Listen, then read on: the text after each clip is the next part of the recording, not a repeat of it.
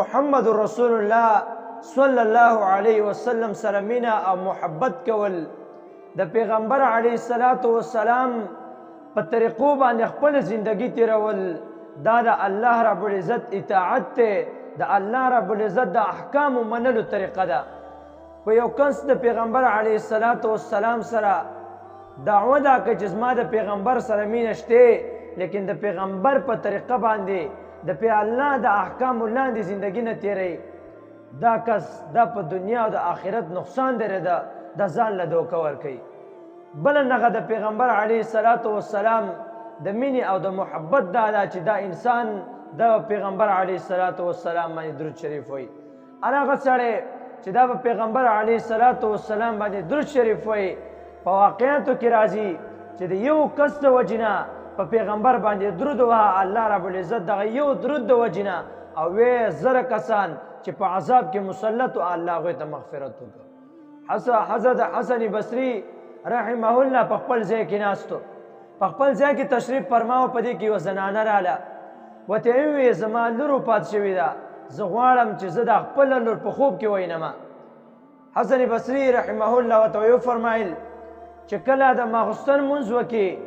نو بیا 4 رکعاته نفل وکړه په هر یو رکعت کې سورت فاتحه ووایه او سورت تکاثر ووایه او د هغه نه وروسته به چې کله خوب لځي خپل کټ ته وخیږي خپل بیډ ته لاړه شي نو بیا په پیغمبر علیه الصلاة والسلام باندې درود شریف ووایه هغه وخته پورې به درود شریف ووایه کوم وخت چې تاله خوب راشي دی وی چې ټیک ده وایي دغه زنانه دا طریقه وکړه او د شپې خوب ولیده خپله لور یې په خوب کې ولیدله چې کله دا لور په خوب کې ولیدله وایي لور یې په عذاب کې مسلط وه لور ته د عذاب کپړې اچولی شوي وي لاسونه کلک تړلي وو خپې له تړلې وې عذاب کې مسلطه وه سخت عذابو ته میلاوېده دا چې کله د خوب نه راپاڅېده ډایرکټ ته حضرت حسن بصري رحمه الله خواله راله ورته یې وویل زما لور خو دومره سخت عذاب کې مسلط ده سخت عذاب کې مبتلا ده عذاب پې مسلط شوی دی حضرت حسن بصري رحمه الله ورته وفرمایل چې په دې پسې صدقه وکړه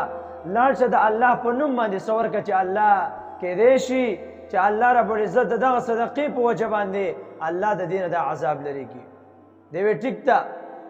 بیا په دغه شپه باندې حضرت حسن بصري رحمه الله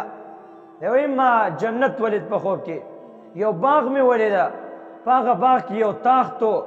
په هغه باندې یوه ښایسته جینۍ ناسته وه هغه جینۍ ته یو تاج په سر کلی و د انتهایي تیز رڼا کوله وایي ما د دې جینۍ نه تپوس وکړه چې ته څوک یې وایي راته یې وویې زه هغه جینۍ یم تا چې زما مور ته پرون ویلي وو چې لاړ شه او دا طریقه وکړه خپله لور به دې وینې حضرت حسن بصري رحمه الله ته فرمایي هغې خو ما ته ستا ډېر بد حال بیان کړی چې په عذاب کې مسلط ده دغه زنانه او دغه جینۍ ته وایي او داسې وه زه په عذاب کې سخت عذاب کې مبتلا وم لیکن په دې هدیره باندې یو د الله ولی تیر شه په دې هدیره باندې یو عالم تیر شه دغه عالم په پیغمبر علیه الصلاة والسلام باندې درود شریف وی او دغه درود شریف ثواب به مونږ ته راوباخه او په دې هدیره کې زنه او وې زره کسان زنانه او سړي داسې دي چې په عذاب کې مسلط دي لیکن چې کله د درود شریف د انسان وي د اولی د الله درود شریف وي او موږ ته دا ثواب راوباخه الله رب العزت دغه یو درود شریف په وجه باندې الله موږ او 1000 کسانو نه دا عذاب لري.